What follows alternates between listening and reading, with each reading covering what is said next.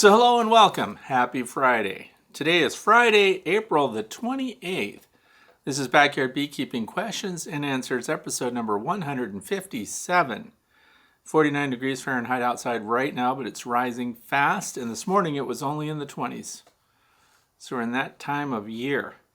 And my name is Frederick Dunn, and this is The Way to Bee. I'd like to welcome you. And if you're new, thanks for being here. If you want to know what's going to go on, you need to look down in the video description and you'll see item by item exactly the topics that we're going to cover today and any related links that might help you out. So if you're listening through Podbean, because this is also a podcast, and so if you Google search Podbean, The Way to Bee, then you'll find the podcast and you can listen while you work or you drive and other things. It's really cool when I get truckers and people like that let us know or let my wife know that they listen to this via podcast. So that's fun. If you want to know how to submit your own question for consideration, please look at the link in the video description. It takes you to my website, which is thewaytobee.org. And there's a page there. You fill out a form, you submit it. And it would be really good if you could kind of reduce some of the stories to maybe bullet points, because I go through a lot of them. And you have an opportunity for one per week. Some people try to sneak in multiple questions in the same single question.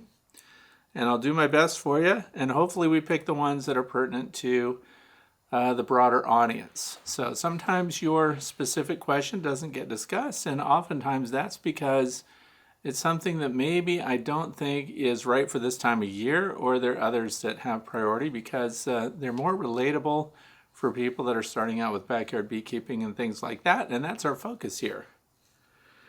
So let's, in the opening sequences, we had, what do you think those macro close-ups of the flowers were? What do you think those blossoms are?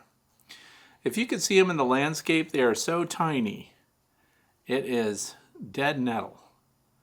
So when you see dead nettle, the plants, the blossoms are like 1/8 of an inch. So that's a macro super close-up. In fact, it's bigger than macro, bigger than 1-to-1. And the honeybees, too, that are on the dandelions, which, by the way, I took those pictures this morning, the dandelion ones in particular. And that's because even with all the weird weather we've had, and we had that storm come through and knock all my trees down and stuff, so you want to see what kind of damage that looked like, watch the very end of the video today. And, we had 70-mile-an-hour winds. But it cleared up just like nothing ever happened, except that I have a whole bunch of trees down in my woods right now.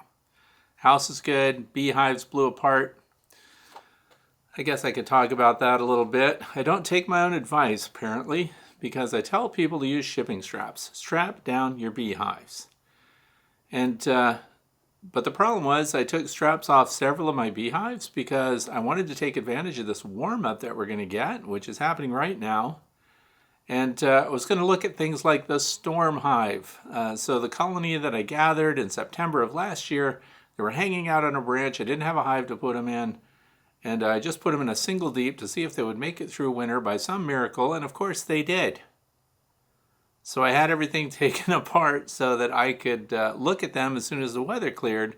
But wouldn't you know it, we get a weird storm event. In other words, we didn't really know it was coming the way it was. So I just had bricks on top of the outer cover of the hives. And wouldn't you know it, when the storm hit and the trees were all bending over, almost touching the ground, I look out and I see bits and pieces of beehives blowing across the landscape. So while the wind was still gusting, and it looked like tornado force winds almost, I was putting on my bee suit because I said as soon as the winds break down, because they ultimately will, it's passing through, and then it's going to rain like crazy, I'm going to run out there and put those beehives together. So I was putting on my bee suit while that's going on. My wife yells at me, "Get your video camera and make videos." I says, "I don't care about videos. We got to get those beehives back together." So the good news was the temperatures were warm. So it was in the 60s right around when that storm came through, and followed by heavy rain. And it was just like when you saw the beehives blow over, because they weren't strapped down, some of them, a lot of them are strapped down, and those that are strapped down stay together, because that's the smart thing to do. it's like running a leaf blower through the hive. Once it hit the ground, fell on its side, the wind was blowing through. And like I said, 70-mile-an-hour gusts. Enough to take down really good trees. It blew down plenty of dead trees, which I don't mind because they're going to go down anyway eventually someday. But healthy, good, big trees went down also. So I ran out there right afterwards in the rain, put them all back together. And of course, the hives that I wanted to do the inspections on and make videos of were the ones that I took the straps off of. So they're actually the most vulnerable colonies, which are the ones that got blown around. But I put them all together. They stayed on their frames. They stayed clustered. It's not like there were bees blown out all over the ground, thank goodness. And today they're flying. So we'll see what the damage is. We have warm weather coming, so this weekend could have warm enough days, particularly Sunday. And what's going to happen now? Of course, dandelions are blooming. They're going to swarm. So it's so fickle this year with the cold weather, warm weather, cold and warm, and stormy and nice and everything else. So anyway, I hope your past week was better than ours here. And as you can see, if you look at the national weather reports, freezing weather, heavy storms, all kinds of weird stuff going on. But we're going to jump right into it. Question number 1 from Rebecca from Olar, South Carolina. I have 3 new hives from Nukes a month ago. So you've hived them from Nukes, so they're already ready to go when they come. One is probably queenless and has a laying worker. There are 2 eggs in the bottom of some cells, and the hive has produced queen cells. So pay attention to that, listeners. I have double screen boards if needed. What is the best way to solve the problem? 2 of the hives seem to be normal. Should I combine, requeen, or just let it be? So here's the thing. She suspects that her hive is queenless, but listen to what's being described here. So there are multiple eggs in some of the cells. So does that mean that there's a laying worker by itself? Not necessarily. So in other words, where are these eggs? Because sometimes a young queen will lay multiple eggs in a cell, in a worker cell, right? So, and then the rest would be single eggs. And if they're all on the bottom, we might have a queen. But what else tells us that we might have a queen? It says here that they have produced queen cells. So if you have laying workers, what kind of eggs are they laying? They're laying drone eggs only, even though they lay them in worker cells. In fact, if you had laying workers and they lay eggs in worker cells, then they're still going to be drones. And that's what we get. We get what's known as bullet cells. So in other words, the cells, the diameter of them, they're actually too small for drones, but that doesn't prohibit them from producing smaller drones. So they produce drones, but they really bump out at the top. So they get a really convex capping on there. And that's what's referred to as bullet cells sometimes. So, but the thing is, if they're laying workers, they can't lay a female. In other words, they can't lay an egg that could become a queen. Therefore, they don't produce queen cells if we just have laying workers. So if, as described here, the hive has produced queen cells, that tells us that there's a queen there, or there has been one recently. And it also tells us that the eggs that they're building the queen cells around have a worker pheromone. So that means they're laid by a queen. So we don't have laying workers. That's the good news. So should you just let it be? I think so.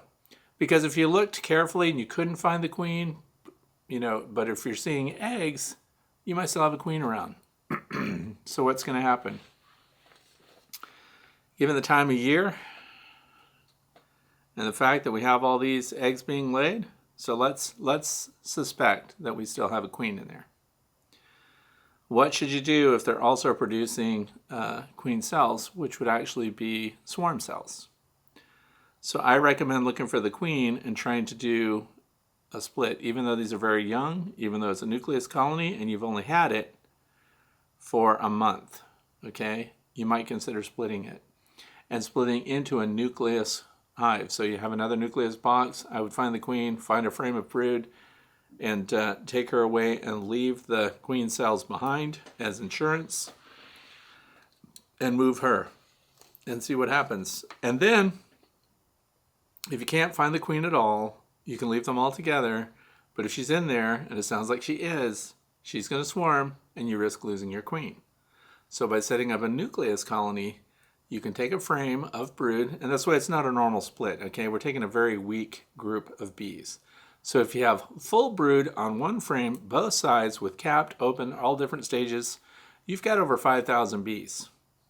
Potentially, because as they hatch out, you'll have roughly 3,000 bees per side, assuming that some of that is used for pollen and honey storage and things like that. So you put that into a 5-frame box or a 4-frame box if you have it, but I prefer the 5s. Move the queen with them, and then she will live in that box, and then you see if they produce a replacement queen, and if 30 days out they have a new queen, those have hatched, they've flown, they're back to laying, then we have 2 colonies now, good to go. But if they fail, if those queen cells turn out to be something else, because here's another thing, excuse me. I've noticed that some people look at drone cells, with that bumped out drone, that bullet cell that I talked about, and they think those are queen cells. Now, I'm not saying that's the case here, but sometimes people look at the brood frames and they see large cells and they call them queen cells. If it doesn't come out from the face of the frame and it doesn't go down, so if it's not a cell that runs up and down, okay, if it's a cell that sticks straight out and only straight out, that may not be a queen cell. But if it comes out and the main cell portion goes vertical, parallel with the face of the frame, then that's likely a queen cell. So make sure that we're really talking about the right kind of cells, because it has, come to light that people have looked at a frame and said, oh, look, queen cells, and they show a whole bunch of drone cells, because they tend to build drone cells along the frame, along the edges too. But the big distinction is the orientation of the cell itself. So if it's a vertical, queen cell. Stays horizontal and just bullets out, could be just drones. So try to make sure that we know what we're talking about. But I would try to find the queen because I think she's in there because they're making queen cells. I would do a split. I would make 2 nucleus colonies now. And then your insurance policy is you still have the queen on a frame, and if it turns out that you are queenless on this colony, you can bring them all back and recombine the colony. So there you go. Question number 2, Billy Mack. I was made aware of a swarm that someone got before I could on Saturday and Sunday. Oh, Sunday there was another swarm at the same location being reported, and I collected a small amount of bees, maybe 800 to 1,000. I couldn't find a queen, and guessing she was caught with a bulk of swarm on Saturday. So assuming the bees I collected on Sunday are leftovers or stragglers from the initial swarm, does it make sense to provide them with a purchased mated queen, or is this small amount of bees doomed either way? Okay, I have my suspicions about this group. So it does happen sometimes when a swarm occurs, primary swarm, the big one. It's got the queen in there, and she's the queen that's been laying eggs, and she's the first one to leave the colony, and those are the large swarms, which we're about to face this spring. Those are your most valuable swarms. And then once you collect them, there's foragers out in every direction, hundreds of them, potentially. And so you collect them up, and you're on a schedule, so off you go, and you take them away. Now there's a pheromone still on the spot where that swarm collected. So because the pheromone is there, it's the queen's mandibular pheromone that gets spread throughout the colony through all the other bees. Some other bees are still attracted to that spot. So when the foragers come back, scouts, they're looking for a new place to live. When they come back to where the swarm had been and somebody took them away, they do tend to cluster there. And they can cluster there for a day or more. And then what happens if nobody collects them? They go back to the colony that they left from originally. So they don't just stay there indefinitely. But it sounds like here we've got 800 to 1,000 bees. So pretty decent collection of bees there. There is a chance, because this also happens, and a lot of people are going to be facing this spring. When that primary swarm goes out, remember there's multiple queen cells that get produced. And sometimes one of those eggs will hatch out fairly soon. So the queen will emerge from her queen cell right after the resident queen has left with her swarm. So that means we've got a virgin queen that took off. Why they do it, I don't know. But sometimes you get a virgin queen who flies out, and then she collects a very small number of workers around her. This is just potential, so I'm just giving you both sides of it. They could be residue from the scouts that were still out, but you could also have a tiny queen in there. And they're smaller than mated, actively laying queens, so they can easily blend sometimes with the workers. Takes a keen eye to see them. So, but would you or could you take them and simply drop in a mated queen? Now, if you had a really tiny box to put them in, a nucleus hive or something like that, you have nothing to lose by trying that. But with only 800 to 1,000 bees, they can't multitask very well. So if you end up having cold spells, extended rain periods, and things like that, inclement weather, there aren't enough bees to carry on all the duties inside the colony while they attend to new brood that this queen that you bring in would lay eggs, and they're going to be well behind other colonies. So what you could do, it's not clear here because it says that you were after swarms, made aware of a swarm on Saturday. Sunday there was another one. It doesn't say what kind of resources you already have if you have a bunch of bees. So if you don't have a bunch of bees, probably better to just let those bees return to the colony that they came from. Keep an eye on the spot for a real swarm to show up, or if they're still there in a day, then there could be, obviously there's a queen in there. They're looking for a place to live. They're kind of doomed. Their chances of survival are about 1% for after swarms like that. But anyway, purchasing a queen, you risk the new queen. There aren't enough workers to do it. You can't really fortify them unless you have other hives, other colonies that you can take frames of brood out and fortify them with. One frame of capped brood would do it. Because rule of thumb, very general, is that you want at least 5,000 bees to kick off another colony, because it's going to be attrition too. You've got a new queen. You put them in a hive. She may not have been mated yet. She has to complete a mating flight. She has to come back. She has to start laying. And then all that time before you get replacements. So you're losing bees every single day up until the queen is capable of laying eggs, until those eggs hatch, until those eggs get capped, until they have pupa that emerge. So we're 21 days out from when she's laying eggs. And that whole time you're losing bees. That's why you want at least 5,000, 1,000. You could be ending up with a very tiny cluster of bees, not enough to protect and care for the brood, even when they're capped, because we still have to keep them at 94 to 97 degrees Fahrenheit. So the odds are stacked against them.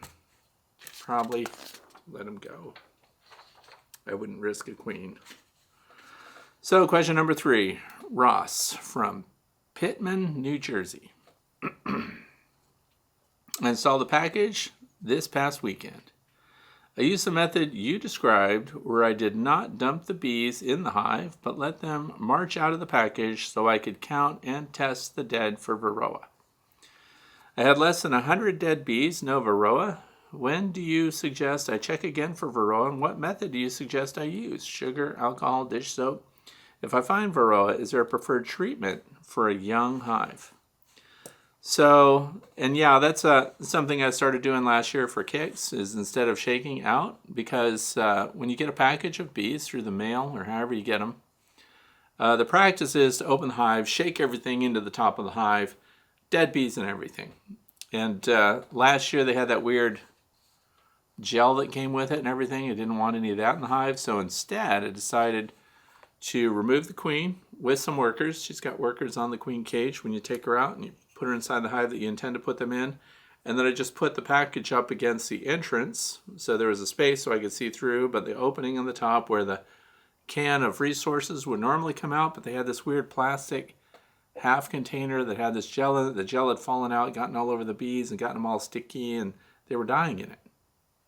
So I didn't want a whole bunch of dead bees inside the hive, so instead I pulled the feed resource out, put the queen in the hive, and then set the bee bus, the plastic bee bus, on its side with the entrance facing the entrance to the hive. And sure enough, they all walked out and into the hive, and then I didn't have to leave them dealing with a bunch of dead and dying bees. So you can also shake them out in front of your hive, depending on how close you are. But letting them walk out really makes it easy on the bees, and if you have a lot of time. Because they might take their sweet time walking out of there, but once they do march in, they do. So the other part of this is, you know that mites die from reaching the end of their age. So they can be several months old and they just die of old age while they're in the package. Also, some of the bees would die, and depending on the circumstances, a mite is going to clamber off of a dead bee onto a living bee. That's just what they're going to do because mites want to survive their parasites.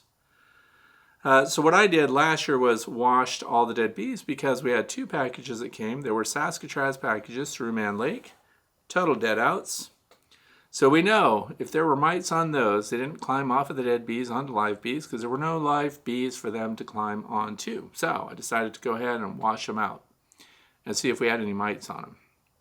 And we didn't. They were clean. So Saskatraz packages that came from Mann Lake, which are Olivares County, from the Olivares family in California is where they came from. They produced no mites. So they were clean. That was the good news. So there were less than 100 dead, so the likelihood of finding Varroa on the bodies of these bees in this circumstance would be very rare, because that means those Varroa destructor mites would have had to die of old age. Because if they were alive at all and there's a dying bee inside a package, they're going to clamber onto the abdomen of another bee that's still alive, because that's how parasites make it. So then let's assume, and this reminds me of something else. When you're buying packaged bees from people, I know it's very hard to get a hold of people at Mann Lake because what you end up talking to would be sales staff and people like that really are not acquainted with what happens, because remember, Mann Lake is the broker. They're not actually producing the bees that they're shipping. So they come from the Olivares family, or Olivares, however you say their name. And they're the ones that actually you have to find out, do you guys treat your packages with oxalic acid vaporization before you ship? What kind of treatments, if any, do you do? So that's what we want to know. And the fail-safe thing, of course, you can check for mites. I don't recommend you do it straight away, and that's because we're hiving bees for the first time that have been through transit, that have been stressed. The queen is stressed, and we want them to really get established. So we want to get them in the hive for the amount of time it's going to take for the queen to get out of her cage. So that happens 1 or 2 days. They're going to chew the candy plug out, and the queen's going to get out. And then what's she going to do? She's going to start laying, and you're going to see some pollen activity. You're going to see that coming into the hive. So by the 9th or 10th day, you want to know if they have Varroa destructor mites. And because this is a brand new colony of bees and we don't want to take a bunch of them out and kill them, I recommend the sugar shake method. If you give them a sugar shake, and it's a very detailed method, putting table sugar on it. But once you shake them out, if you get one live mite in your sugar shake, I would shoot the colony. And that's because you have your greatest opportunity to take out any mites that exist on these bees before they get capped. That's why we're doing this the 9th day. You did that oxalic acid vaporization method, and you have some way of counting. So if you've got an insert for the bottom board or something like that, so you can see how many mites there are laying on the bottom, you get over 90% efficacy when you treat those packages by the 9th day. And if you wait much longer than that, so we're accounting for the time it takes for the queen to get out of here. Once she lays eggs, you only have 9 days before they start capping the pupa. And if there are Varroa destructor mites present in that colony, they're going to get in under that capping before they get capped in and they're in the pupa state. That's why we set that threshold. So you don't do it right away when you get them because it stresses the bees, but you still have time for them to get settled, and then let them have it. So there's that. Same person, Ross, asks again, was curious if you could give us an update on the long hives, the lay-ins. What are your plans this season for them? And would also love an update on the hive gates. And do you think they were effective this winter? Okay, so there's a lot going on here. For those of you who don't know, we did that citizen science thing. These are the hive gates entrance. It replaces your standard entrance. Thank goodness, Better Bee, who carries the hive gates now, created a survey. So I put the wording in there for the survey. They're generating the survey. And as soon as that comes out, I'm going to send that to all of the participants in the Citizen Science Hive Gate testing. But I can say that the testing was really positive. In other words, one person reported that they had moisture in it. But we'll get the survey results, and Better Bee is going to publish those results, and I'll also talk about them on my channel. So, but overwhelmingly, people have responded saying that they were a huge help when it came to protecting your bees from robbing, so specifically blocking wasps and hornets and things like that. I didn't have any way to evaluate whether or not the air movement through the hive was improved or impeded or positive or negative, whether that helped the bees out because it's a long, narrow channel. So I don't have instrumentation to do that. I can say that the bees coming into spring were pretty equal, whether they had the hive gate or not. I do know that the hives that had double hive gates seemed to perform not as well as those who had a single hive gate entrance going into winter. So going forward here in the state of Pennsylvania, northeastern U.S., I would stick with a single instead of the double hive gate configuration. All that is going to be in that survey. So that survey is going out. If you're a participant in that program, you can expect to get a survey link. So watch for that soon. And we'll get the results then, so from everyone. But for me, it was great, but the strong suit was that it helped them deal with wasps. And wasps are a big problem at the end of the year, not so much this time of year, for example. So the other question I get all the time, would you leave those things in all year round?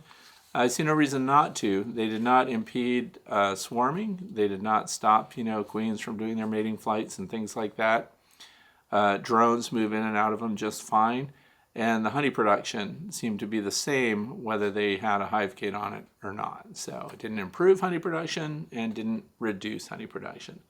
So it seemed to be neutral in a lot of areas for testing here, other than that, of course, it limits robbing, and also the robbing by other bees. So the honeybees, for me, are some of the worst robbers around here when you get to the end of the year, or if you hit any kind of dearth. And the big colonies, strong colonies, are the ones robbing the weak colonies. So it does help with that. And I would say that's the number one reason to get one. As far as the horizontal hives go, Malayans hive, which, by the way, the horizontal hives handled those heavy winds, and they're not strapped down at all. They're just weighted. They didn't budge. They didn't move, so they were good. And as far as that, the survivability in spring, the long Langstroth hive, they didn't make it. The Layens hive also dwindled and did not make it. So, and remember the Layens hive, the way it's configured, it's not set up for feeding. I was trying to follow Dr. Leo Sherishkin's guidelines on, installing bees in those hives. We're gonna redo it again this year. I can't blame it on the hive configuration, but this will be the second winter that I've lost bees in the long Langstroth hive. And it's the first winter with the Layens hive, plenty of insulation and everything. They were building infrastructure, the whole 9 yards. I think they ran out of food. And I could not put fondant on or anything else because the Layens hive is not configured so that you can do that. It is configured so you can have a frame feeder in there. So, we're going to reinstall bees. We have to do it with a swarm. And swarm season is here. So we should have good fortune. We should be able to get a swarm and put those back in. My favor is towards the long Langstroth hive, and Ross here, by the way. If you guys want to see what the long Langstroth prints are, please look in the video description. We have free plans for the long Langstroth and, of course, for the standard Langstroth configuration that I use now, which, by the way, works fantastic going into winter. So our survivability, our survivor rates going through this past winter were really good, especially considering the state average. Here in Pennsylvania, more than 40% losses were the standard. Some commercial keepers lost much higher percentages than that. And so, yeah, I'm doing pretty good overall as far as mine go. But I only had 20 colonies going in. So, those are the updates, and as you know, we've had terrible weather here, so unlike a lot of people who've had the good fortune of being able to get in their hives, we have not opened a single hive yet, except for the layings, because I knew they were dead. And I also wanted to close the follower board up on the layings hive, so it's only 4 frames right now, because I'm on the off chance that maybe somebody moves into it. That would be good news. And so we get a swarm that volunteers to move in. That would be fantastic. So next question comes from Ryan in Hawaii, of all places. I built a 2-story, 5-frame nuke swarm trap on your recommendation a few podcasts back. I placed it at a height of 12 feet with the opening facing south-southwest. 4 frames of old foundation in the top box. Bottom box with the opening was left empty, because that's my swarm configuration. 2 5-frame nucleus boxes. The frames go in the top box, the bottom box, strap them all together. That's your swarm trap. So yesterday while I was off property, a swarm moved in. This is my first swarm ever. So see how it worked. I like to move this newly collected colony into my apiary and place the bottom box, marked with pheromone, back on the trap stand, topped with fresh box to catch another swarm soon per your recommendation. Okay, so we have these 2 boxes, 5-frame nucleus boxes, and they're deeps. So we got the bottom with the entrance in it. It's empty. Got the second box with 5 frames hanging up there, and that's where we want the bees to go. The bees moved in. Now he wants to keep that bottom box there and wants to move just the top box. But as soon as you pull that off, you don't have a bottom, right? So we need to move it, but we want to start them off with just a 5-frame size box if you can. Otherwise, you start with a double and they start in the top and then they have to migrate down, which you could do. But I feel it would have been easy yesterday after sunset, same day of the swarm event, but tonight, full day will have passed. Many bees coming and going, doing orientation flights. My apiary is 100 feet away. I do have a friend's property 5+ miles away for temporary placement, or I suppose they would make a great gift as you recommend as well. So yeah, if you want to keep it there, because I always recommend if you're pulling a swarm trap away that you've collected a swarm in, put another box there right away, because that location now is just as important as the pheromones and everything that are inside that hive. So if you've got bits of old, when you scrape your hives and you're doing inspections, you're scraping burr comb and propolis and things like that off, always collect that stuff in a bowl or a bucket or something. That is your best attractant for scouts when they're checking out these new boxes. Sprinkle it on the bottom, especially if you're new and you're just starting out, you don't have a lot of drawn out comb. So we'll pull the top box and put it on a bottom box. So if it's top box, it doesn't have an entrance hole in it. Now you have to put it on a solid bottom box with an entrance reducer. So you need to plan ahead and have those things ready to go. And I recommend keeping it in that 5-frame nucleus box, single deep, until they build out those frames and they're really going gangbusters, and then add the second deep on. And then once they fill all that, guess what you have? You have 10 frames. They'll start to store nectar, honey, and resources like that in the upper box because they've established their brood in the bottom box. Then when you go to make the transition into a regular beehive configuration, you'll put a 10-frame deep brood box right there, and all you'll do is transfer all of the frames, brood in the center, and the resources to the outside positions, 1 through 10, and now you've got a 10-frame single deep, and you can start supering it. So that's what I recommend you do. But yeah, definitely get another box on there right away, because there could be after swarms or swarms from other colonies that were scouting the same location. Question number 6 comes from James from Roseburg, Oregon. My question is about queen succession planning. I have 9 hives, all looking great, but I know my queens were the same as last year. I'm currently using wild stock and do not want to purchase replacements. Should I start a nuke, resource hives, maybe 3 or 4, and raise new queens in July and kill the 4 least performing? How do you do succession planning in your apiary? This is assuming no swarms, no supersedures. Okay, well, The nucleus boxes, and I'm going to put a link to those, by the way, the ones that I prefer. They're made out of wood. They'll last a very long time.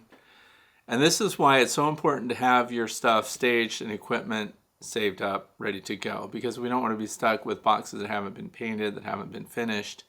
And what I treated all of my nucleus colonies with, the hive boxes, EcoWood. So I did a video about that, very quick, very easy to do, and you can do a lot of boxes in one afternoon. It goes on like water. So having nucleus boxes, having an area set up just for them is really important, because as your bees start to build, you can do all the things you're supposed to do to help reduce swarming potential from these colonies.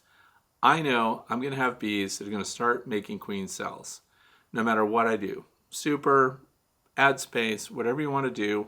Their biology is for the colony to reproduce and create other colonies. That's why we have so many bees in spite of all the bad beekeepers. They're prolific. They continually reproduce. So when you find the queen cells, you got to find your queen. And the resource hives are just 5-frame deep boxes. I'm really happy with them. I'm kind of on the fence about whether or not to have the 3/4 inch hole that they enter on the face of it, because it's a one-piece bottom board as described in the other question here. I like those because they're one piece. You just trap them all together, you can ship them around, and they're what you can take with you when you go to collect a swarm, for example. Or you can put them in Hive Butler totes and things like that. But I really like the ability to discover that a colony is making queen cells. Whether they're supersedure cells in the middle of the frame, or if they're standard swarm cells on the edges of the frames of brood, they tend to make a bunch of them, and it's alarming to people. Also, if it's catching you off guard, it's because you haven't inspected your colonies. That's why I'm waiting for this weather break so I can get in there and look at them, because what's going to happen is if they're producing these queen cells, I'm not one of the people that just smashes all the queen cells and considers, yeah, take care of that, and they're not going to swarm. And then they swarm, and now they don't have a bunch of queens to choose from to replace the queen that flew out.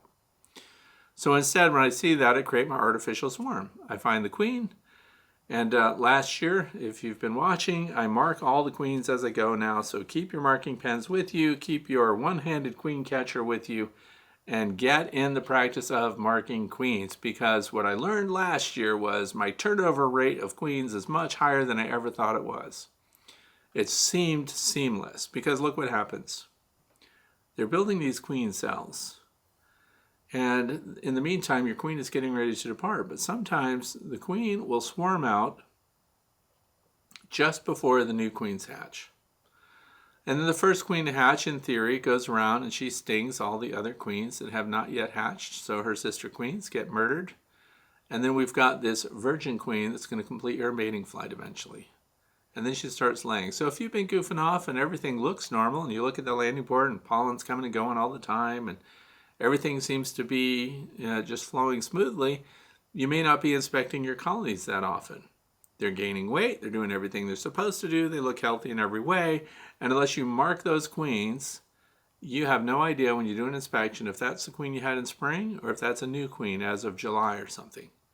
So by marking them, we find out that the queen genetics that we bought, if you bought in queens, and for me, as you already know, I buy in Bee Weaver queens out of Texas if I need a replacement queen of known genetics, but last year I made all my own queens.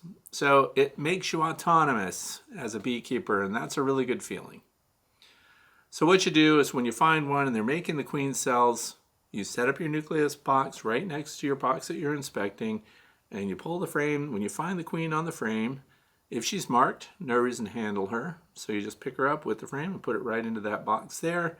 And please don't do this on the ground. People have had queens leave their boxes and crawl around on the ground, or the queen's been on the inner cover, that's on the ground, she leaves and goes across the grass, and you find a little cluster of workers around her. So try to keep all of your gear off the ground. I recommend setting up a second hive stand. I've talked about this before. If you're setting up your beehive stands for the first time ever, set up oversized beehive stands that have space next to them for you to put your stuff so that nothing sits on the ground. At the very least, you get grass and everything stuck to your inner covers and your outer cover and things like that. So anyway, you take the frame, that has brood on it with your queen, and you put that in another box. And you go ahead and you steal, one of their frames of honey, and you put that in there with her too, and you fill out the box. It's a 5-frame box. So now you have 3 frames that are ready to be drawn out. You close that up and you put that in a new location. Because any foragers that are in there, they're going to probably come back to the original hive because they didn't swarm on their own. You kind of made it happen yourself. But the replacement stock is coming in right away because you have capped brood in there and they're just hatching all the time. So while they're hatching, they're replacing things. Now you've got the small colony. This is what I did last year. I created a bank of those. And I absolutely, I enjoy saying this when people visit me. I ignored those bees over there. I didn't feed them. I didn't do anything. In fact, I stole their stuff. Every time I turned around, a colony needed a frame of brood or something. They're queenless, give them eggs, whatever. I pulled from these resource nucleus colonies because I had to keep them under control, and I never felt bad about it. So we just pull their stuff, put it in here. But those little colonies just kept up and going into winter. Do you think I put winter feed on them? No. I put an insulated cover on them. That's all I did. So we ended up with a 5-frame nucleus with a 5-frame over the top of it because they're also fantastic. This is part of the resource hive configuration. You use them to draw comb, to build comb, because we don't care that they use the resources. That's not a honey resource. You're not trying to use those for anything other than keeping a queen alive and having eggs and brood and resources like that in the event that you find another colony that might need some of those resources, lagging a little bit behind because you didn't do adequate inspections and things like that. So, long story short, they made it through winter. Those nucleus colonies, those resource hives, are flying today. No winter feed, no dry sugar, no fondant from Hive Alive, nothing. They absolutely made it. So I have to think it's the configuration. It's the small space. Who knew that Dr. Thomas, Seeley was right?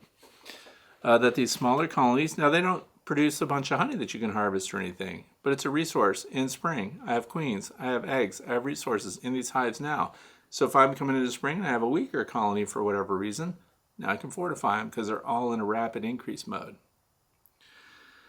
So the reason we talk about this is, has the queens the same as last year? You can create splits. Anytime you see them building queen cells, don't squash the queen cells. That's your time to pull your queen, make your split. How many cells of brood, how many frames of brood should you be pulling out of there? Whatever, the resident colony, the big colony, they have the home advantage because they have all the foragers that are going to go back there and everything else. So if you had 6 frames of brood in there out of 10 in your brood box because they're in a state of buildup, pull 3 of those frames full of brood, all the prime stuff, right out and make your nucleus colony with that. Because these are going to build up much quicker. You push all those established frames together and you add your new frames on the outside of that.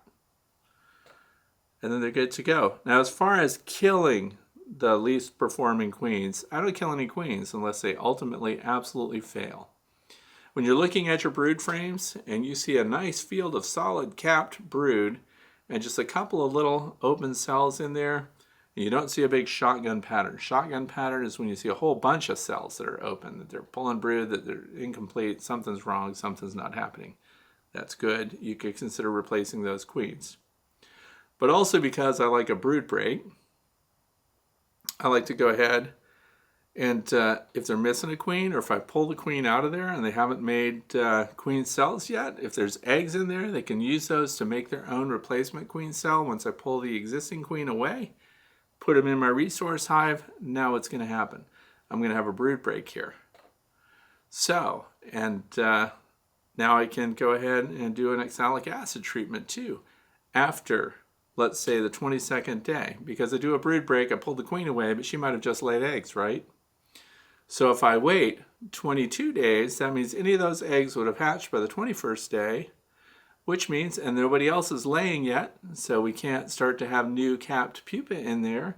So now we've got a broodless colony at that point. In other words, there are no capped brood that would protect them, the Varroa destructor mites, from an oxalic acid vaporization treatment.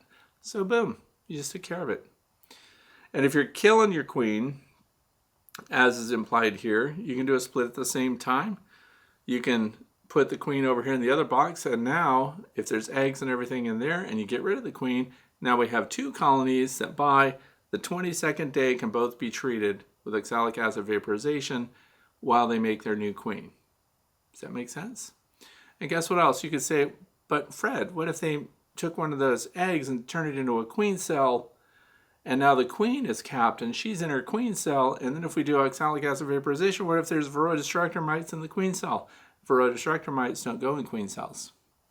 So there you go. Because queens are not in the pupa state long enough for the Varroa destructor mites to reproduce. So there you have it. You have a perfect potential scenario there. But yes, if you're wondering about this, nucleus colonies as resource hives. It's an overflow. It's a guarantee. Because once you pull your queen out and put her over there, if something happens here, they don't make a new queen, or she goes out to do her mating flight, she comes back, she doesn't get mated, and she doesn't start laying eggs, and you don't see eggs at the right time, you collect everything from over here again and you restore them. In fact, they're so genetically similar that you put that queen back in here, there's no resistance. And you could still leave the eggs and everything in there. You could just take the queen and put her in a queenless colony and put her back. And then let that colony replace that queen because they've got eggs now. Question number 7. Deborah, Seneca, PA. Had a scare yesterday. Oh yeah, this is the one. Had a scare yesterday. I'd like you to mention it on your podcast. Sunday's weather was so beautiful in Northwest PA. I was excited to get out and do some spring inspections. I was 2/3 of the way into my first inspection when I started feeling dizzy, and I noticed how heavily I was breathing and sweating. I felt too weak to lift a super safely, so I covered the open hive as best I could, and before laying down in the shadiest place I could get to without fainting, I spent several minutes just trying to control my breathing and getting control of my hands that had cramped terribly. I had donned my usual protective gear, and the day was in the 70s, no worries, but the symptoms told me a heat stroke could be imminent. Alone in the midst of my apiary, and I was on the verge of fainting. So anyway, it goes on to say, very concerned about her health and well-being, and she's in the apiary by herself. So this actually hits on a very valuable point. A lot of beekeepers work alone. It's a solitary thing. A lot of beekeepers are retired people that might even live alone. So, I mean, not everybody's as young and spry as I am. There are older people keeping bees. So there are some things to think about. Think about your health and well-being. By the way, most of you know about a company called Guardian Bee Apparel. Guardian Bee Apparel was established by Terry because he suffered heat stress while he was out working his hives. So what was going on? You get all zipped up, you're in your suit, and you want to work the bees. You got a lot to get done, and you just keep going after it. And usually it's midday because that's the best time to work your bees because the sun is overhead. You can see everything the best. So we're actually in the hottest part of the day. And Terry came up with a design of the veil that unzips so that you could hydrate while you're working your bees. Take a break, sip water, keep your hydration up so that your resistance to heat stress and heat stroke, worst end of it, is reduced. So the thinking here is too, I want you to think about personal safety. I used to tell my guys back in the day, are you clear to dive? So what that meant was, were you peeing clear? So were you hydrated enough? And because once you enter the water, you don't want to be dehydrated and everything. So if you're clear, you're properly hydrated. So that's step one. If you're peeing clear, you're probably hydrated pretty well. If you're not, you could stand to drink quite a bit more. And that doesn't mean gulp it all at once. That means sip along as you go. Drink steady through the day. When I was outside Rio Bravo, Mexico, I think it was 113 degrees in the shade, and I had one of those Camelbacks on. 64 ounces I drank through the day and didn't go to the bathroom once. So staying hydrated, just like your bees. A colony of bees can handle incredible heat stress if they have access to fresh water and they can continue to move water in and out of that colony. So people are no different. The more hydrated you are, the more you can handle extreme exposure to heat. So a couple of things I'd like to go over. One would be look into ventilated bee suits. So if you need protection, vented suits are definitely the way to go. Now, some people like to wear just a t-shirt and things like that. So the other part of this is safety. If something happened to you, and just like the hands were cramped and things like this, almost passing out, and in some instances here, even vomiting, right? So how are you situated with your cell phone? Take your cell phone with you. My wife made this for me. It's a pouch. It goes around my neck. So if you're in a t-shirt, no matter what you're wearing, here's your cell phone right here. Now I'm sure this isn't just so that she can keep track of me wherever I am. You shake out your cell phone, there it is. It's right here. It's easy to reach. You have to think about when you're impaired. So if you were near passing out or something like that, you're feeling dizzy, to have to feel around and figure out which pocket your phone is in and using, because look, there were hand cramps involved here. So the ability to just shake this out. The other thing is I highly recommend that you have one of those emergency apps where it's a one button push. They have it so that you can push that button and just give your information. You're working alone. Anything can happen. So I highly recommend that your cell phone be handy. My wife made this for me. You can make one for yourself. Get somebody that's handy with a needle and thread. Maybe put a snap on it. And that's always with you.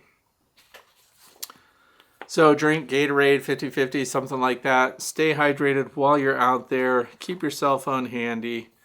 And make sure you have a single number. Because some people too, keep this in mind. If you don't have an app that just has an emblem on it, you may not be able to see, because sometimes blurred vision accompanies heat stress. So if you don't have an app with just a distinctive little icon that you can touch with your finger and get that going, you'll be trying to dial, and you might not be able to see the numbers depending on how your phone's configured.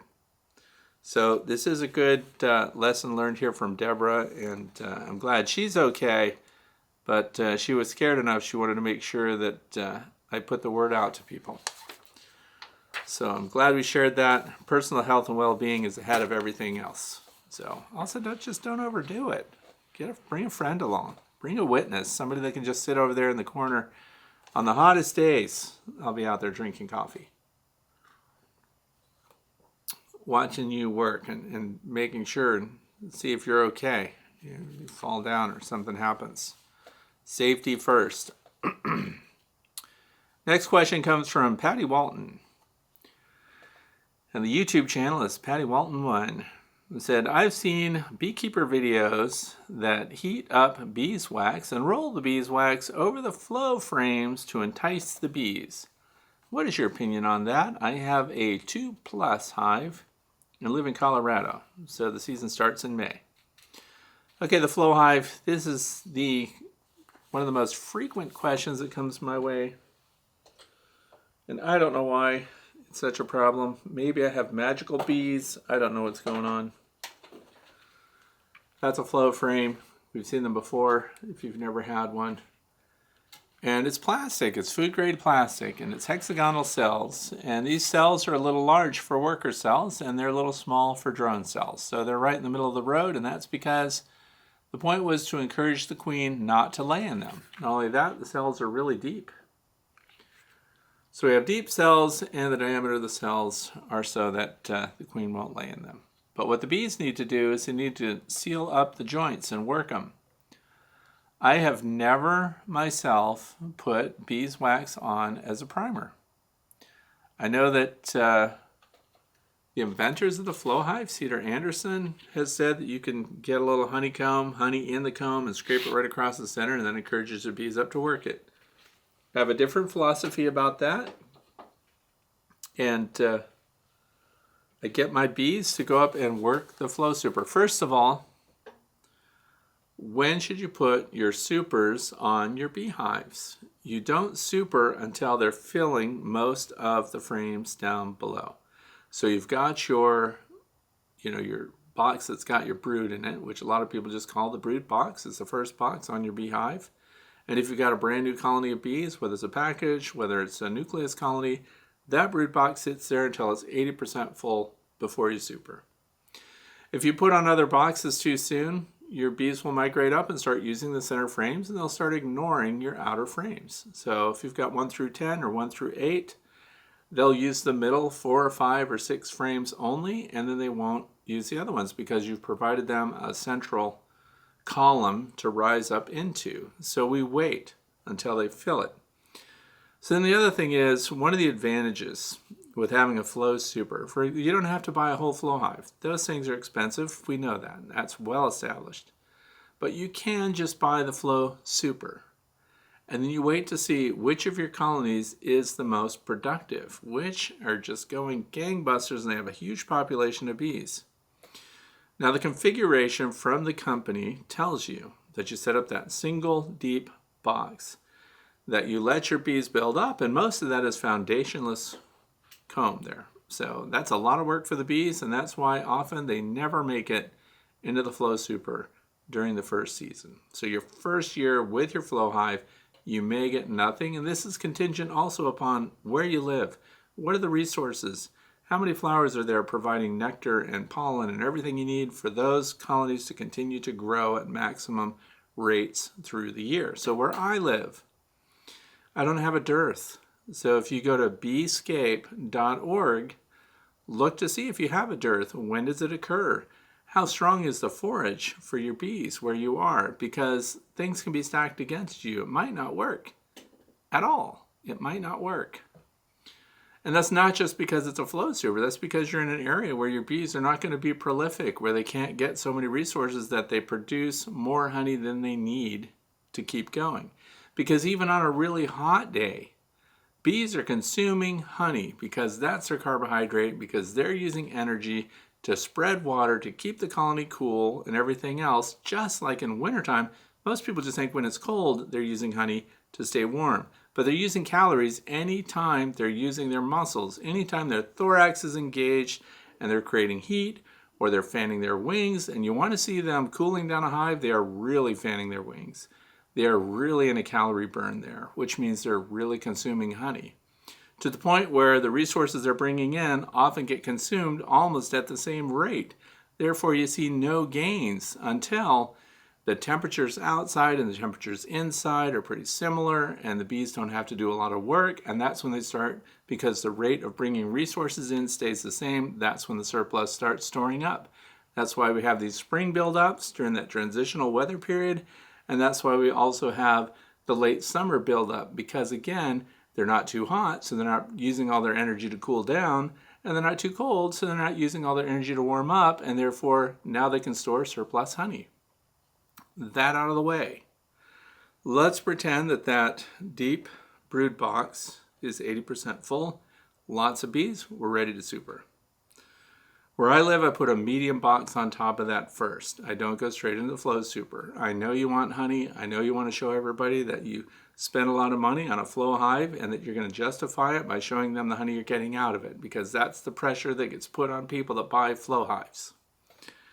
I'm saying wait, let them fill that medium super, because where I live, that's their winter resource, and that's what I call a honey bridge.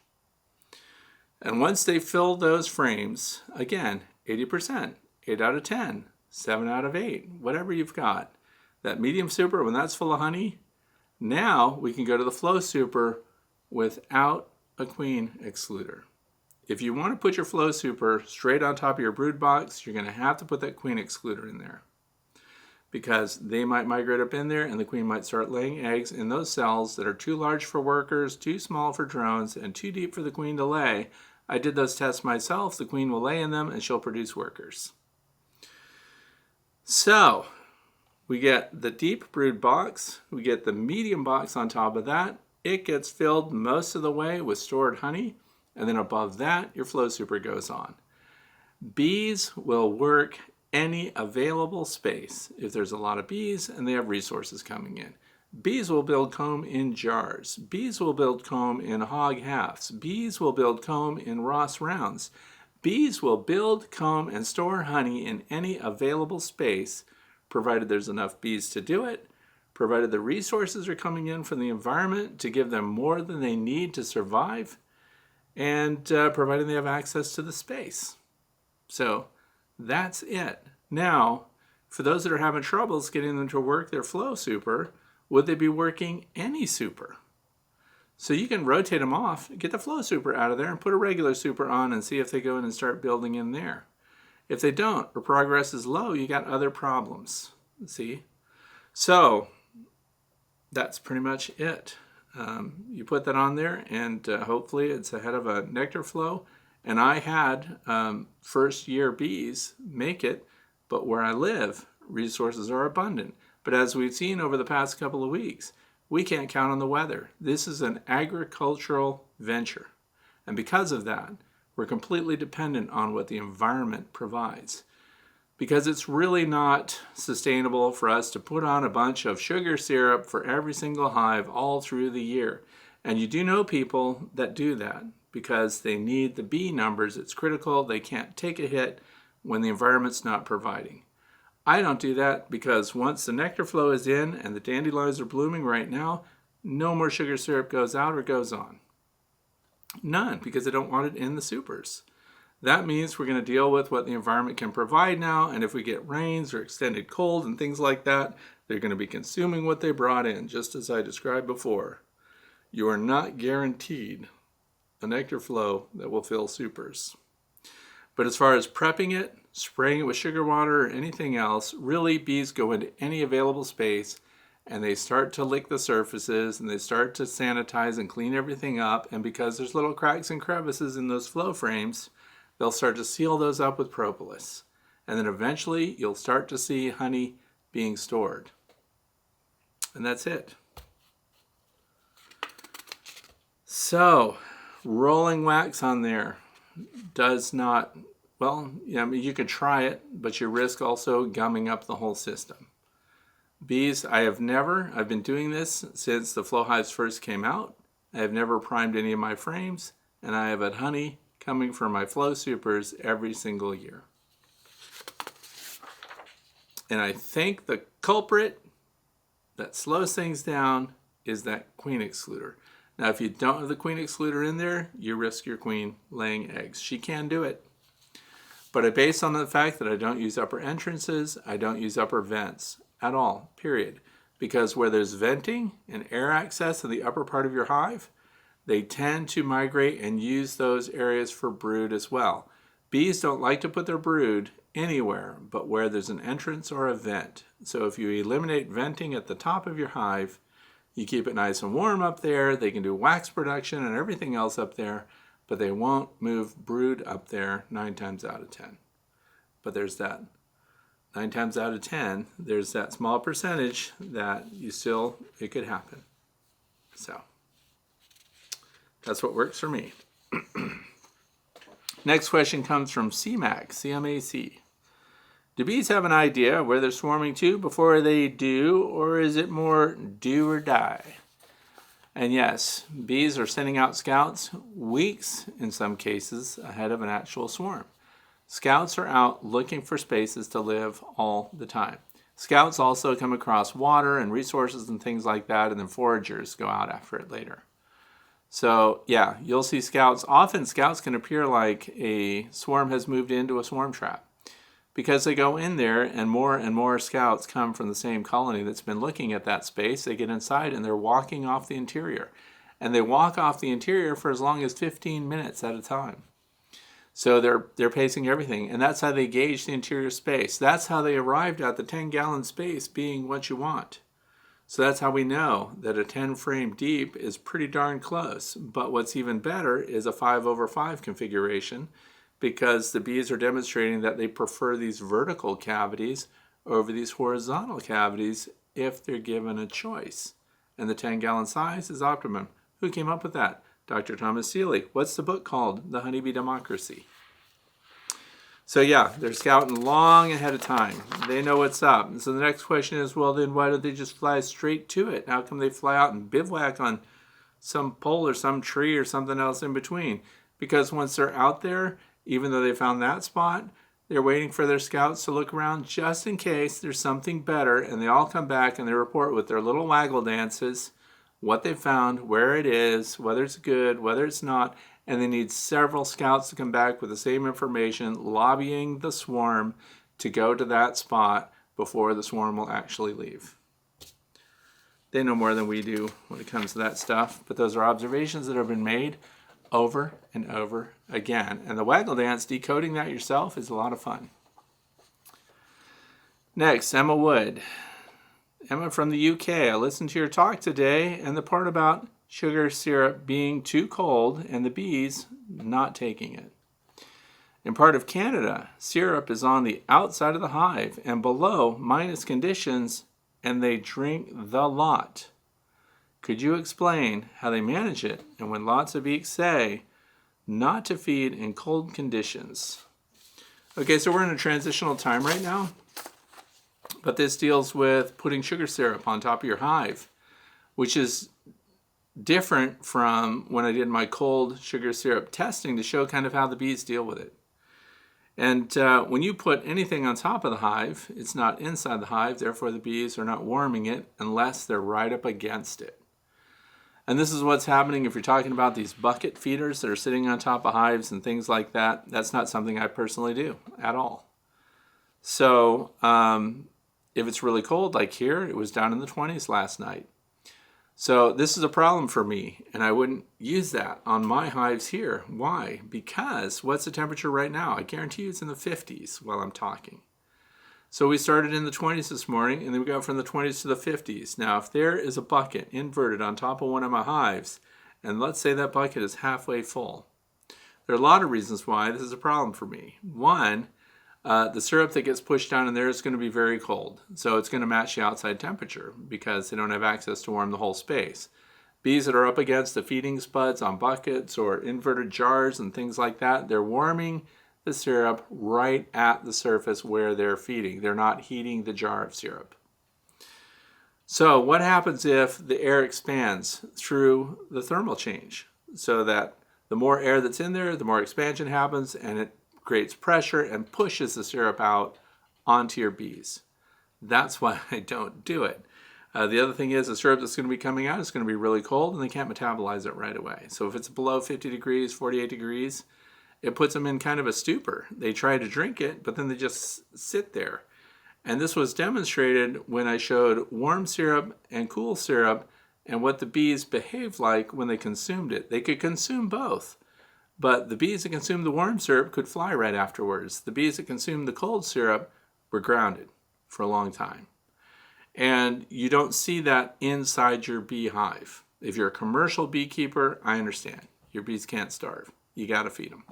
You probably don't care that there's sugar syrup when you're going to super and everything like that, because it's critical for the survival of the business. When it comes to me, the backyard beekeeper, I just don't want my bees to be soaked with a whole bunch of syrup. So I don't use those inverted feeders. We use rapid rounds, and I don't go to liquid when we're going to get these freezing temperatures because that's a double whammy. They can't really consume the liquid unless they warm it first, which means they're consuming resources to warm it so they can metabolize it, so it takes away from their ability to utilize what's there. And then there's going to be expansions. That's the other thing, and that's why I wanted to talk about this question from Emma here, because most of the inner covers for your beehives have that feeding hole dead center. Where is your cluster of bees going to be generally? Dead center. For me, this time of year, they're also moved to the eastern side, so a little off center to the east.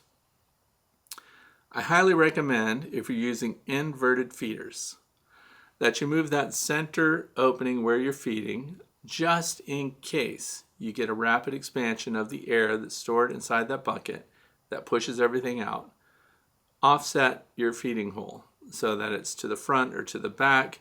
If it's to the front and you get this expression of liquid that happens in the morning when the air expands and pushes out all the cold syrup before things really get a chance to warm up, it's going to be running out of your entrance, potentially kicking off robbing.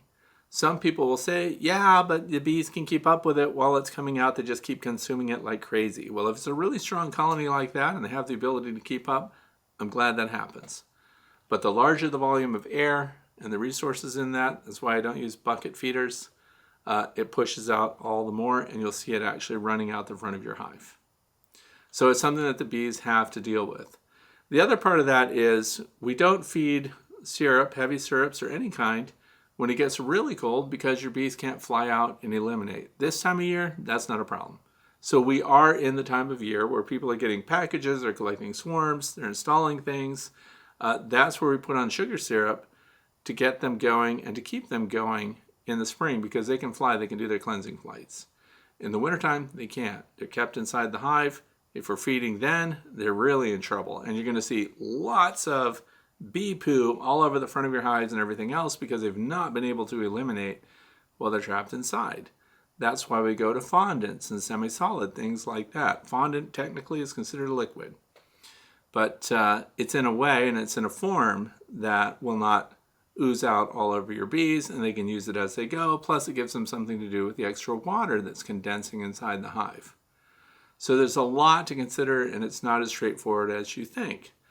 But if you want to try an experiment, get one of those bucket feeders and fill it halfway and invert it and put it on top of an inner cover and put it out one night when it's 25 degrees and set it over a jar that can collect.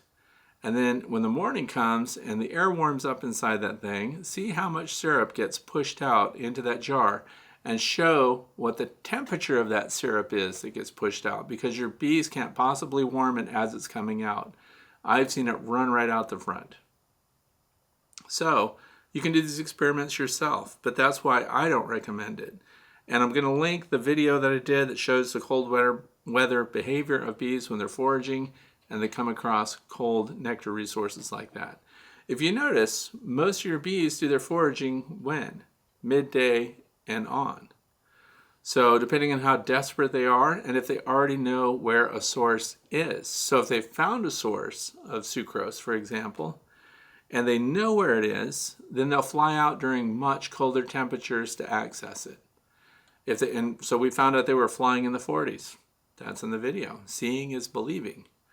So then the other thing is, when do they forage for new materials? That's when they're kind of risking everything, because when they're flying out, they don't know for sure if they're going to find something. So if they're foraging looking for new resources, they don't do that unless it's much warmer. So there are also differences in when your bees that are going out to get nectar and pollen and things like that, if they're trying to find a new source, they do that at a safer time when it's warmer out. If it's a source they already know about, they'll fly out much colder and they'll make a beeline to that resource and then try to beeline it right back. And then we found out that if the temperature of that syrup that was out for the bees was at 50 degrees or colder, they ended up grounded right there, while nectar that was out, same composition, same location, if it was at 70 degrees or 75 degrees, the bees were loading up and flying back, 10 trips to 1. So while these guys were recovering and moving their abdomens around and trying to heat up so they can fly back, those that were in the identical syrup that was warmer were flying back and forth and getting the resources at 10 times the rate. So again, repeatable tests, easy to do. That's why I don't put cold syrup on hives, and that's why I don't recommend it. But you can watch the video. It's very interesting and a fun experiment to do, by the way. Question number 11 comes from Billy Mack. I just installed my first package in a FlowHive 2 Plus. So a lot of people with flow hives here. I live in California, so right now low temps are 48-ish and highs in the upper 70s. Have heard various opinions on whether to use an entrance reducer when you first install your package. Any thoughts? Okay, so this is just not about flow hives. This is any hive that you put together when you're installing a package, or you just collected a swarm, for example. We want to give them a sense of security. By the way, one of the reasons that it's speculated that newly installed swarms or packages may abscond is if they don't feel secure. One of the things that makes them not feel secure is a wide open landing board. So the thing with the flow hives, which is different from other hives, is that they don't come with an entrance reducer at all. It's roughly 3/16, it's roughly 3/8 of an inch high, and there's an aluminum bottom board. And this is also why oxalic acid, vaporization pans, those wands and things don't fit through. Keep in mind, the inventors, where they are, they don't have to deal with varroa destructor mites, so they didn't probably think about that. So should you be putting on some kind of entrance reducer? Oh, I just thought of this, by the way. This is sitting right here. This is a flow hive entrance reducer. So they do sell them. This is aluminum, And this goes right on the front of your hive, and that becomes your entrance. And if you want to flip it over and close it up, these are vent holes here. Kind of hard to see, but those are vent holes, and there's a vent through the middle in the logo, so you could also use it to transport the hive. But yeah, they do sell an entrance reducer. There it is. But let's say you don't have one of those. Lots of options. There are these copper mesh rolls that are sold as rodent protection for your house. So you stuff them around plumbing fixtures, where your gas line goes through your outside wall or your rim joist or something like that. And these get tucked in because rodents can't stand to chew on pieces of copper because they have an open root to their teeth and it gives them a little terrible feeling. You want to see what that feels like? Chew on a piece of aluminum foil. See if you get little electric shocks from your from your molars. So anyway, you can get pest protection rolls that are like this, and you squish them up and you put them right in that entrance, and it's to the sides because you want the main entrance to be through the middle. The other thing is we get things like this is stainless steel screen. The cool thing about stainless steel screen is you use your tin snips and you cut segments and you just bend it into a little V and stuff it in there.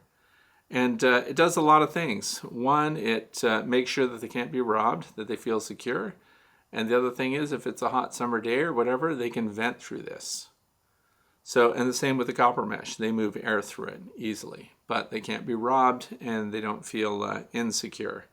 So if you have an opening that's just, 1.5 inches to 2 inches wide, more than enough for a newly installed swarm, package, whatever. And even as they expand, but it will help make them feel secure, and it will reduce the risk that you're going to have a newly installed swarm, for example, abscond, depart, leave because they don't like what you provision them with. So, and again, for new swarms and things like that, sugar syrup on top, entrance reducers, make them feel secure, single depth box to start them off with. So aluminum screen, you buy that stuff at your local hardware store. The fabric stuff does not work well, so don't get that. Aluminum, because that also, it's vented, holds its position, holds its shape, easy to use. So now we're on to the fluff part. But part of the fluff today is, I got a message from Michelle Armstrong. Another great book to read, she says, is Garden Plants for Honeybees by Peter Lindner. It rates each plant on the quality of pollen and nectar, and plants are arranged by month of bloom time with a gorgeous photo accompanying the information. So I said, heck yeah, sold. I looked that book up right away and I found it. And the funny part was, I think last weekend I recommended another book. But they're both good books to get. So the one I recommended last week was this one, Attracting Native Pollinators. So the books are different. They're companion books, I would consider them. And this one's Garden Plants for Honeybees. Now listen to the way that's written. Garden plants. So those who are doing semi-formal landscaping and they're picking plants for their garden, foundation plantings for their house, maybe you live in suburbia and you're not like me. Because where I just encourage all the wild plants that flower, and my landscaping is casual, I like to say. There's no organization to it. I do have what looks like alien crop circles in my backyard, and that's where I grow cosmos and anise hyssop, and that's where my sunflower fields are, and maximilians. So the question comes up all the time. So if I plant this plant, here's the thing. And I've said this before too, going to your garden centers where you live, different times of year, it's a really good place to go. Because bees have access to your garden center. And usually they have acres of trees and shrubs and plants that are already in pots and things. And of course, they're in the open air. And you can see what the bees are on right there. See what species of bees are on them. You go to the garden center, there's bumblebees and everything else.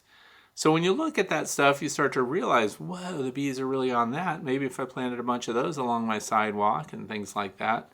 So the garden plant book is really good for people that are planting and planning their suburban garden setup. There's not a lot in here for people that are growing fields of things. There were some things missing. But what I liked is there's a rating system. So just as she said, it's broken down, so in March, what things would grow in March. And then you go through here, and with each one, there's pictures of the plants. And then next to the plants, there are star ratings. So they get a star rating for pollen and a star rating for nectar, for example, up to 5 stars. So if they get 1 or 2 stars, maybe it's not doing that great. Just like the spice bush here, pollen source 1 star, nectar source 1 star. But the cool thing is too, the author, who by the way is an academic, did a lot of microscopic photos of pollen. Because a lot of people think, I can just take honey out and I can put it on a microscope slide and I can see what the pollen looks like in it and I can identify the plant based on the pollen that's in there. Well, let me tell you something. The person that wrote this book is a pollen expert. And you can look at pollen grains every single day under a microscope for years and years and years and still not be able to specifically identify some of the pollens. So to think that we're backyard beekeepers, we're going to get a really cool microscope, a celestron or something, and we're going to prepare our slides, and then we're going to get our honey, and we're going to drip that on a slide, and we're going to look at the pollen. Aha, look at that. That's what that is. But if you want to try that, there are electron microscope scans in here, but there's also color photographs that are only 400x, for example. So if you want to see what the pollen looks like and you're trying to match it, it's much easier to match pollen to a known source. So this book, in that regard, is really cool because if you think your pollen is from white clover, for example, and you pull up the white clover page here, and if you find that there is a microscopic image of that pollen, you can match it. See, you can verify it, which is much easier, if there's anything easy about identifying pollen.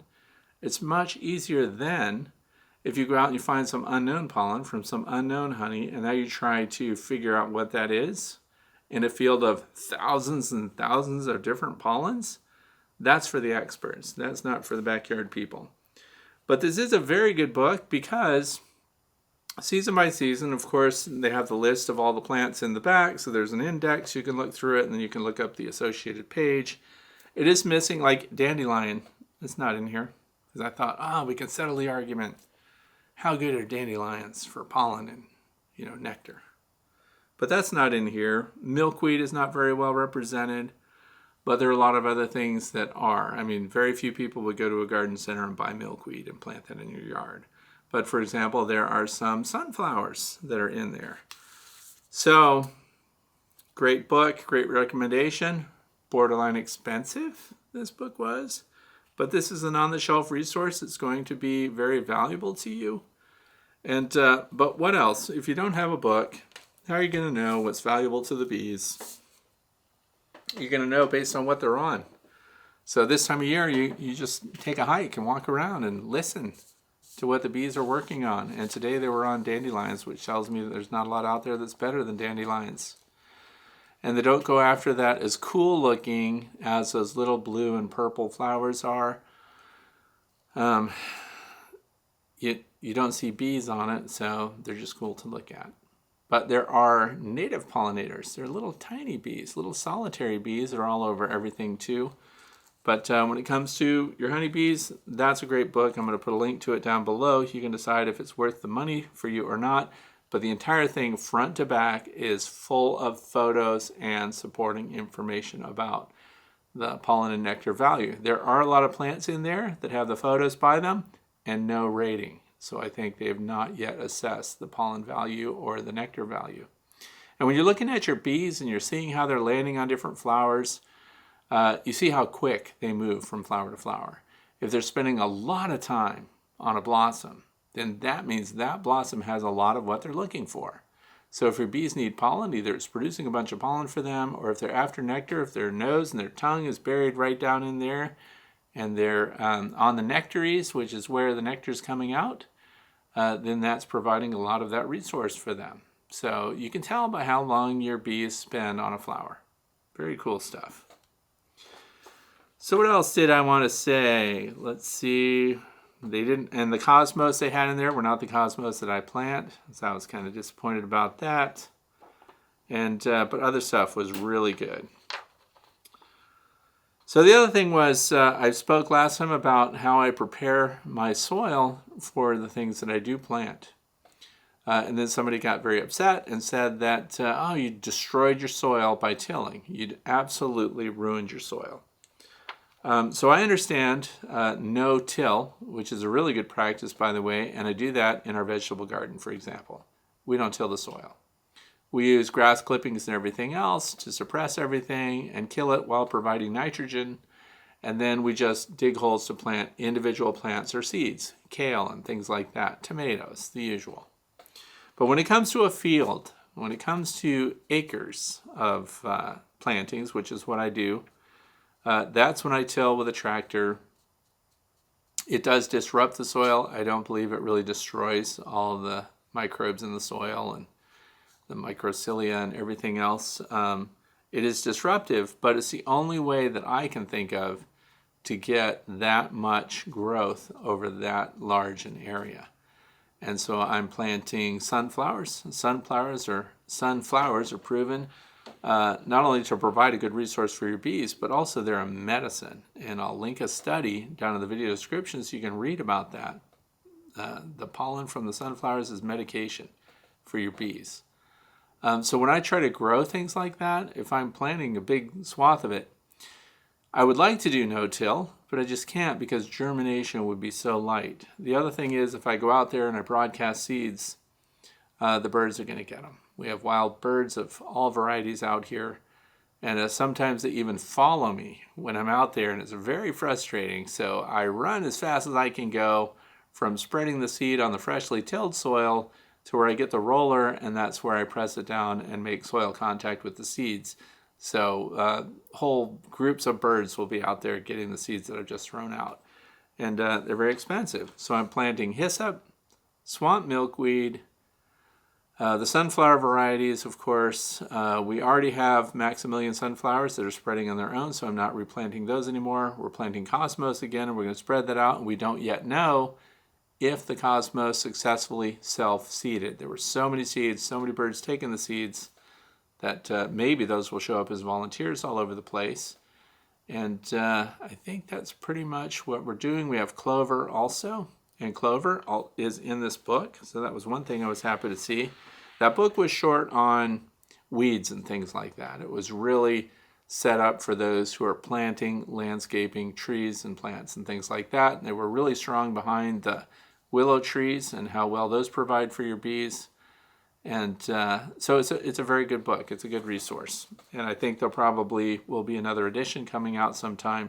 The other thing was the author is a photographer, and he shot everything on Ektachrome, and so slides and film, and he used a Leica camera and things like that. So I know that these pictures were probably taken back when he was in school, but they still hold up today. They're very good pictures, very good quality.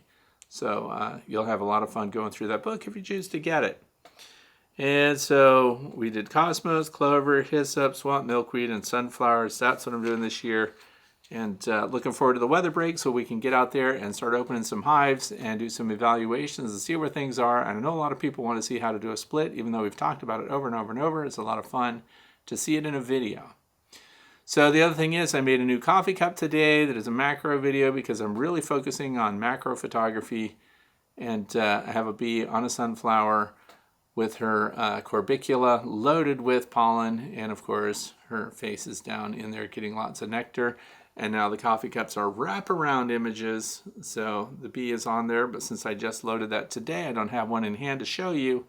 But I give free shipping through the weekend. Fred Ship, FREDSHIP. There'll be a link down in the video description to get that coffee cup if you're one of the people that has been collecting my coffee cups. I want to thank you all for that. I want to thank you for being here today and listening to what I have to say. And as we close out, before I wish you a nice weekend, the follow-up sequences at the end here are just showing you some of the down trees and stuff that happened when the winds came through and blew down all my stuff and wrecked my exercise jungle gym out at the edge of the woods. So I hope you're having a better week than we had, and I hope your bees are doing fantastic and that you have a great weekend. Thanks for being here and for watching.